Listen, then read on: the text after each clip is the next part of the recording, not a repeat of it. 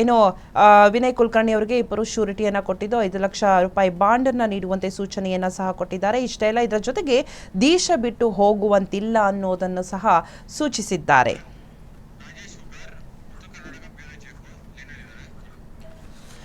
ಇದ್ರ ಬಗ್ಗೆ ಮತ್ತೊಂದಷ್ಟು ಡೀಟೇಲ್ಸ್ ಅನ್ನ ಕೊಡ್ತಾರೆ ಉತ್ತರ ಕರ್ನಾಟಕದ ಬ್ಯೂರೋ ಚೀಫ್ ಆದಂತಹ ರಾಜೇಶ್ ಹುಗಾರ್. ರಾಜೇಶ್, ಉತ್ತರ ಕರ್ನಾಟಕದಲ್ಲಿ ಯಾವ ತರದ, ಯಾಕಂದ್ರೆ ವಿನಯ್ ಕುಲಕರ್ಣಿಗೆ ಜಾಮೀನು ಸಿಕ್ಕಿದೆ ಅಂದ ತಕ್ಷಣ ಅಲ್ಲಿರುವಂತಹ ಅವರ ಪಕ್ಷದವರು, ಅವರ ಬೆಂಬಲಿಗರು, ಅವರಿಗೆ ಆಪ್ತರು ಅವರೆಲ್ಲರೂ ಕೂಡ ಸೆಲೆಬ್ರೇಟ್ ಮಾಡ್ತಾರಾ ಏನು ಎತ್ತ? ಹಾಗೇನೆ ಇವತ್ತು ಸಂಜೆ ಬರ್ತಾರೆ, ಇಲ್ಲಿಂದ ಡೈರೆಕ್ಟ್ ಆಗಿ ಧಾರವಾಡಕ್ಕೆ ಬರ್ತಾರಾ? ಹೆಚ್ಚಿನ ಡೀಟೇಲ್ಸ್ ಕೊಡೋದಾದ್ರೆ. ಎಸ್ ಸ್ವಲ್ಪ ಏನಂತಂದ್ರೆ, ಕಳೆದ 2016 ಮತ್ತು ಜೂನ್ 16ರಂದು ಏನು ಯೋಗೇಶ್ ಗೌಡ ಮರ್ಡರ್ ಕೇಸ್ ಸಂಬಂಧಪಟ್ಟಂತೆ ಏನು ಮಾಜಿ ಸಚಿವ ವಿನಯ್ ಕುಲಕರ್ಣಿನ ಏನು ವಶಕ್ಕೆ ಪಡೆದು ವಿಚಾರಣೆ ಮಾಡಿದ್ರು.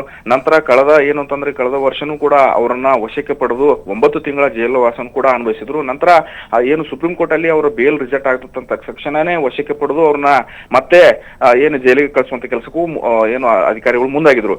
ನಂತರ ಈಗ ಅವರು ಅಪರಾಧಿ ಅಂತ ಹೇಳಿ ಅವ್ರನ್ನ ಏನು ಜೀವಾವಧಿ ಶಿಕ್ಷೆಯನ್ನು ಕೂಡ ನೀಡಿದ್ರು. ಈ ನಿಟ್ಟಿನಲ್ಲಿ ಅವರು ಏನು ಹೈಕೋರ್ಟಿಗೆ ಮೇಲ್ಮನವಿ ಸಲ್ಲಿಸಿದ್ರು. ಏನಂದ್ರೆ, ನಮ್ಮ ಕೇಸನ್ನ ಏನು ಅದನ್ನ ತಡೆ ಹಿಡಿಬೇಕು, ಆಮೇಲೆ ಶಿಕ್ಷೆ ಪ್ರಮಾಣವನ್ನು ತಡೆ ಹಿಡಿದು ನಮಗೆ ಜಾಮೀನು ಮಂಜೂರು ಮಾಡ್ಬೇಕು ಅನ್ನೋ ನಿಟ್ಟಿನಲ್ಲಿ ಏನು ಅವರು ಒಂದು ಪ್ರಕರಣವನ್ನ ಏನು ಹೈಕೋರ್ಟಿಗೆ ದಾಖಲು ಮಾಡಿದ್ರು.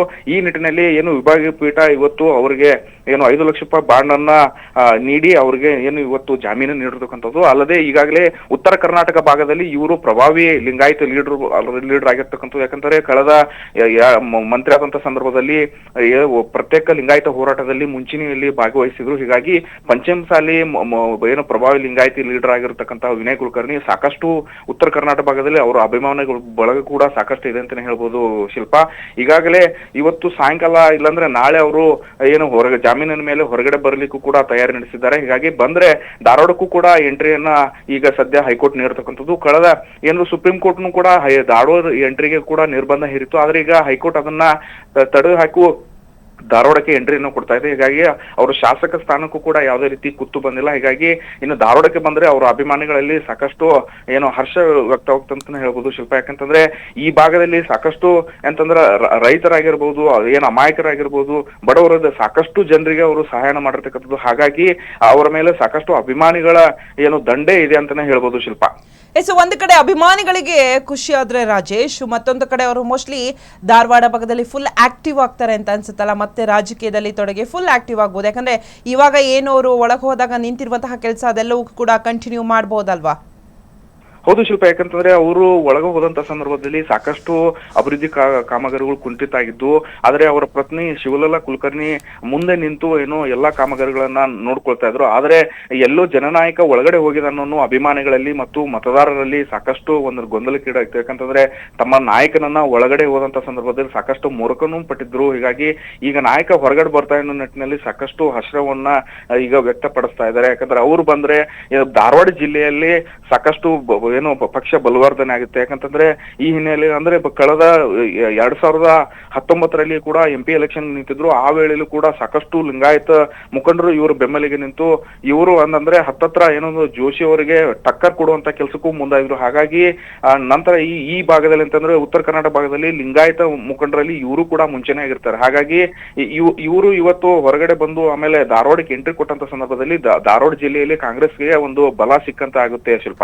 ಎಸ್ ರಾಜೇಶ್, ಏನಾದ್ರು ಅಭಿಮಾನಿಗಳು ಸೆಲೆಬ್ರೇಷನ್ ಇದೆಯಾ ರಾಜೇಶ್? ಯಾಕಂತ ಹೇಳಿದ್ರೆ ಸಾಮಾನ್ಯವಾಗಿ ನಮ್ಮ ನಾಯಕ ಬಂದ್ರು ಅಂತ ಹೇಳಿದಾಗ ಅವ್ರನ್ನ ಇಲ್ಲಿಂದ ಕರ್ಕೊಂಡು ಹೋಗ್ಬೇಕಾದ್ರೆ ಸೆಲೆಬ್ರೇಟ್ ಮಾಡ್ಕೊಂಡು ಕರ್ಕೊಂಡು ಹೋಗ್ತಾರೆ. ಇಲ್ಲಾಂದ್ರೆ ಅಲ್ಲಿಗೆ ಧಾರವಾಡಕ್ಕೆ ಎಂಟ್ರಿ ಕೊಟ್ಟಾಗ ಅಥವಾ ಯಾವುದೇ ಊರಿಗೆ ಎಂಟ್ರಿ ಕೊಟ್ಟಾಗ ಅಲ್ಲಿ ಸೆಲೆಬ್ರೇಷನ್ ಆಗುತ್ತೆ. ಸೊ ಹೀಗೇನೆ ಧಾರವಾಡದಲ್ಲೂ ಕೂಡ ಏನಾದ್ರು ಸೆಲೆಬ್ರೇಷನ್ ಇದೆಯಾ? ಆ ಥರ ಏನಾದ್ರು ಪ್ಲಾನ್ ಮಾಡ್ಕೊಂಡಿದಾರ ಅವರ ಅಭಿಮಾನಿಗಳಾಗಿರ್ಬೋದು, ಅವರ ಆಪ್ತರಾಗಿರ್ಬೋದು, ಅವರ ಬೆಂಬಲಿಗರು? ಎಸ್ ಶಿಲ್ಪ, ಏನಂದ್ರೆ ಸದ್ಯಕ್ಕೆ ನಮಗೆ ಮಾಹಿತಿ ದೊರೆತ ಪ್ರಕಾರ ಅಭಿಮಾನಿಗಳಲ್ಲಿ ಮತ್ತು ಅವರ ಕಾರ್ಯಕರ್ತರಲ್ಲಿ ಸಾಕಷ್ಟು ಒಂದು ಮಂದಹಾಸ ಮೂಡಿದೆ ಅಂತ ಹೇಳ್ಬೋದು. ಈಗಾಗಲೇ ಕಾರ್ಯಕರ್ತರು ಅವ್ರನ್ನ ಬರುವಿಕೆ ಮಾಡ್ಲಿಕ್ಕೆ ಸಾಕಷ್ಟು ಸಿದ್ಧತೆ ನಡೆಸ್ಕೊತಾ ಇದ್ದಾರೆ.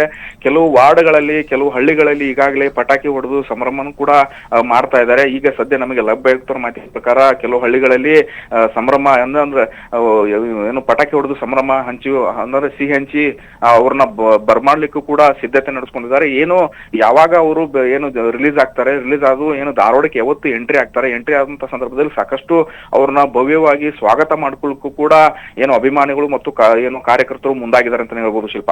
ಎಸ್ ರಾಜೇಶ್, ಆಕ್ಚುಲಿ ವಿನಯ್ ಕುಲಕರ್ಣಿ ಅವರು ಧಾರವಾಡದಲ್ಲಿ ಒಂದು ಅಭಿವೃದ್ಧಿಯ ಕೆಲಸವನ್ನ ಮಾಡ್ತಾ ಇದ್ರು. ಬಟ್ ಈಗ ಮತ್ತೆ ಅಭಿವೃದ್ಧಿ ಕೆಲಸದಲ್ಲಿ ತೊಡಗಿಕೊಳ್ತಾರೆ. ಯಾವ್ದಾರು ಇನ್ನೊಂದಷ್ಟು ಅಭಿವೃದ್ಧಿ ಮಾಡೋದಾದ್ರೆ ಎನಿ ಐಡಿಯಾ, ಏನಾದ್ರು ಐಡಿಯಾ ಇದೆಯಾ ಧಾರವಾಡ ಭಾಗವನ್ನ ಯಾವ ತರ ಮಾಡ್ಬೋದು ರಿಟರ್ನ್ ಬಂದ ಮೇಲೆ, ಅವರ ಪ್ಲಾನ್ ಹೇಗಿರಬಹುದು ಅಂತ?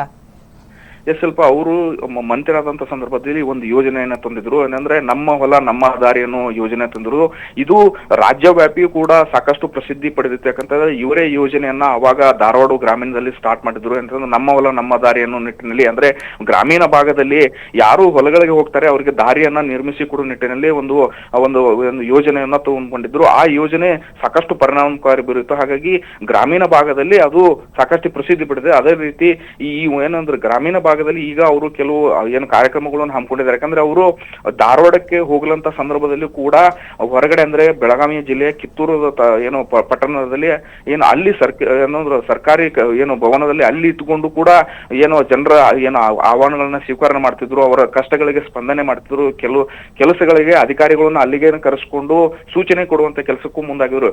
ಈಗ ಸದ್ಯ ಧಾರವಾಡಕ್ಕೆ ಎಂಟ್ರಿ ಕೊಟ್ಟಂತ ಸಂದರ್ಭದಲ್ಲಿ ಸಾಕಷ್ಟು, ಯಾಕಂದ್ರೆ ಪ್ರತ್ಯೇಕ ಪಾಲಿಕೆ ಏನು ಹೋರಾಟ ನಡೀತಾ ಇದೆ ಅದಕ್ಕೂ ಕೂಡ ಸಾಕಷ್ಟು ಬೆಂಬಲವನ್ನು ಸೂಚಿಸಿದ್ರು. ಇವರೇ ಖುದ್ದಾಗಿ ಏನು ಕಳೆದ ಏನು ಸಿಎಂ ಆಗಿರುತ್ತಂತ ಸಿದ್ದರಾಮಯ್ಯ ಅವ್ರಿಗೂ ಕೂಡ ಹೋಗಿ ಏನು ಅದನ್ನ ಭೇಟಿ ಕೊಟ್ಟು ಅದನ್ನ ಪ್ರತ್ಯೇಕ ಧಾರವಾಡ ಮಹಾನಗರ ಪಾಲಿಕೆಗೆ ಒತ್ತನ್ನು ನೀಡಿದ್ರು. ಈಗ ಅವ್ರು ಬಂದ ತಕ್ಷಣ ಮೊದಲು ಆ ಕೆಲಸವನ್ನ ಮಾಡ್ತಾರೋ ನಿಟ್ಟಿನಲ್ಲಿ ಸಾಕಷ್ಟು ಚರ್ಚೆಗೂ ಕೂಡ ಈಗ ಉಂಟಾಗಿದೆ ಅಂತಾನೆ ಹೇಳ್ಬೋದು ಶಿಲ್ಪ. ಎಸ್, ಥ್ಯಾಂಕ್ ಯು ರಾಜೇಶ್ ನಿಮ್ಮೆಲ್ಲ ಡೀಟೇಲ್ಸ್ಗಾಗಿ. ಸಿಬಿಐ ಮನವಿ ಒಪ್ಪದೆ ಧಾರವಾಡಕ್ಕೆ ಹೋಗಲು ಅನುಮತಿಸಿದ ಕೋರ್ಟ್. ಧಾರವಾಡಕ್ಕೆ ಕುಲಕರ್ಣಿ ಹೋಗಲು ನಿರ್ಬಂಧಿಸಿ ಎಂದಿದ್ದ ಸಿಬಿಐ, ಇದೀಗ ಧಾರವಾಡಕ್ಕೆ ಹೋಗಲು ಅನುಮತಿ ನೀಡಿದ ಹೈಕೋರ್ಟ್. ವಿನಯ್ ಕುಲಕರ್ಣಿ ಸೇರಿ 10 ಆರೋಪಿಗಳಿಗೆ ಜಾಮೀನು. ಚನ್ನಕೇಶವ ಟೆಂಗೇರ್ಕರ್ ಜಾಮೀನು ಮಂಜೂರು. ಸಿಬಿಐ ಮನವಿ ಒಪ್ಪದೆ ಧಾರವಾಡಕ್ಕೆ ಅನುಮತಿಯನ್ನ ಕೊಟ್ಟಿದೆ ಕೋರ್ಟ್. ಇನ್ನು ವಿನಯ್ ಕುಲಕರ್ಣಿ ಜೊತೆ 10 ಜನ ಆರೋಪಿಗಳಿಗೂ ಸಹ ಜಾಮೀನು ಮಂಜೂರಾಗಿದೆ. ಯೋಗೀಶ್ ಗೌಡ ಕೊಲೆ ಕೇಸಲ್ಲಿ ವಿನಯ್ ಕುಲಕರ್ಣಿ ಸೇರಿದಂತೆ 10ಕ್ಕಿಂತ ಹೆಚ್ಚು ಜನ ಅವರಿಗೂ ಸಹ ಶಿಕ್ಷೆ ಆಗಿತ್ತು. ಈಗ ವಿನಯ್ ಕುಲಕರ್ಣಿ ಜೊತೆ 10 ಜನ ಆರೋಪಿಗಳಿಗೂ ಸಹ ಜಾಮೀನು ಮಂಜೂರಾಗಿದೆ. ಇನ್ನು ಈ ಒಂದು ಜಾಮೀನು ಕೊಡ್ಬೇಕಾದ್ರೆ ಒಂದಷ್ಟು ಕಂಡೀಷನ್ ಹಾಕಿದ್ದಾರೆ.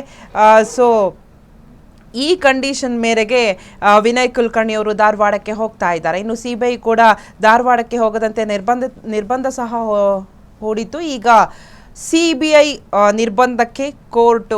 ನಿರ್ಬಂಧವನ್ನ ತಿರಸ್ಕರಿಸಿ ಈಗ ಕೋರ್ಟ್ ಧಾರವಾಡಕ್ಕೆ ಹೋಗಲು ವಿನಯ್ ಕುಲಕರ್ಣಿ ಅವರಿಗೆ ಅನುಮತಿಯನ್ನ ಕೊಟ್ಟಿದೆ.